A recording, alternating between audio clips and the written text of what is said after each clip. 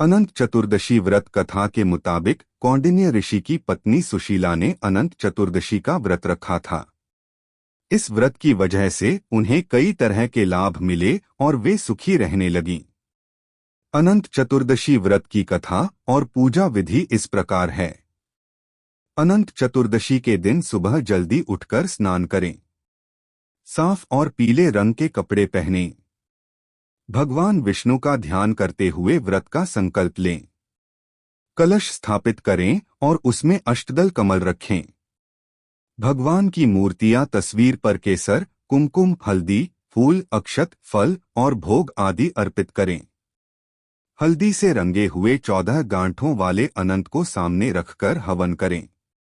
अनंत देव का ध्यान करके उसे पुरुष दाहिनी और स्त्री बाईं भुजा हाथ में बांधें। इस दिन नए डोरे के अनंत को धारण करके पुराने का त्याग करें। व्रत का पारण ब्राह्मण को दान करके करें। इसके बाद पूरा परिवार प्रसाद ग्रहण करे। मान्यता है कि अनंत चतुर्दशी के दिन 14 गांठों वाला अनंत सूत्र बांधने से सुख सौभाग्य में वृद्धि होती है। अनंत चतुर्दशी की व्रत कथा, इस कथा को पढ़ने और सुनने से होती है लक्ष्मी की प्राप्ति। अनंत चतुर्दशी के व्रत का शास्त्रों में बहुत ही खास महत्व बताया गया है। अनंत चतुर्दशी पर भगवान विष्णु के अनंत स्वरूप की पूजा होती है और हाथ में 14 गांठों वाला धागा अनंत बांधा जाता है। ऐसा करने से मां लक्ष्मी की प्रसन्न होती है।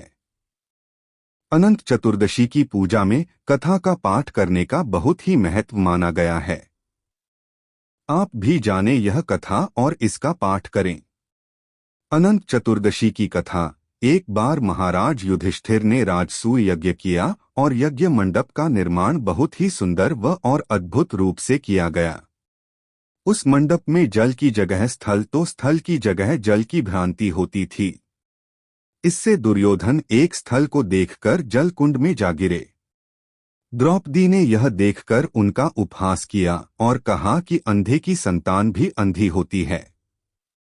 इस कटुवचन से दुर्योधन बहुत आहत हुए और इस अपमान का बदला लेने के लिए उसने युधिष्ठिर को द्युत अर्थात जुआ खेलने के लिए बुलाया और छल से जीतकर पांडवों को 12 वर्ष वनवास दे दिया। वन में रहते उन्हें अनेकों कष्टों को सहना पड़ा।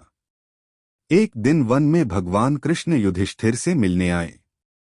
युधिष्ठिर ने उन्हें सब हाल बताया और इस विपदा से निकलने का मार्ग भी पूछा।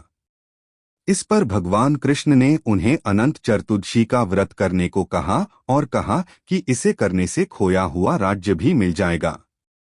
इस वार्तालाप के बाद श्री कृष्ण जी युधिष्ठिर को एक कथा सुनाते हैं। प्राचीन काल में एक ब्राह्मण था, उसकी एक कन्या थी जिसका नाम सुशीला था। जब कन्या बड़ी हुई तो ब्राह्मण ने उसका विवाह कौंडिन्य ऋषि से कर दिया। विवाह पश्चात कौंडिन्य ऋषि अपने आश्रम की ओर चल दिए। रास्ते में रात हो गई जिससे वह नदी के किनारे आराम करने लगे। सुशीला के पूछने पर उन्होंने अनंत व्रत का महत्व बता दिया। सुशीला ने वहीं व्रत का अनुष्ठान कर 14 गांठों वाला डोरा अपने हाथ में बांध लिया। फिर वह पति के पास आ गई। कौंडिन्य ऋषि ने सुशीला के हाथ में बांधे डोरे के बारे में पूछा तो सुशीला ने सारी बात बता दी। कौंडिन्य ऋषि सुशीला की बात से अप्रसन्न हो गए। उसके हाथ में बंधे डोरे को भी आग में डाल दिया। इससे अनंत भगवान का अपमान हुआ, जिसके परिणामस्वरूप कौंडिन्य ऋषि की सारी संपत्ति नष्ट हो गई। सुशीला ने इसका कारण डोर का आग में जलाना बताया। पश्चाताप की अग्नि में जलते हुए ऋषि अनंत भगवान की खोज में वन की ओर चले गए। वे भटकते भटकते निराश होकर गिर पड़े और बेहोश हो गए। भगवान अनंत ने उन्हें दर्शन देते हुए कहा कि मेरे अपमान के कारण ही तुम्हारी यह दशा हुई और विपत्तियां आई, लेकिन तुम्हारे पश्चाताप से मैं तुमसे अब प्रसन्न हूँ। अपने आश्रम में जाओ और 14 वर्षों तक विधि विधान से मेरा यह व्रत करो। इससे तुम्हारे सारे कष्ट दूर हो जाएंगे।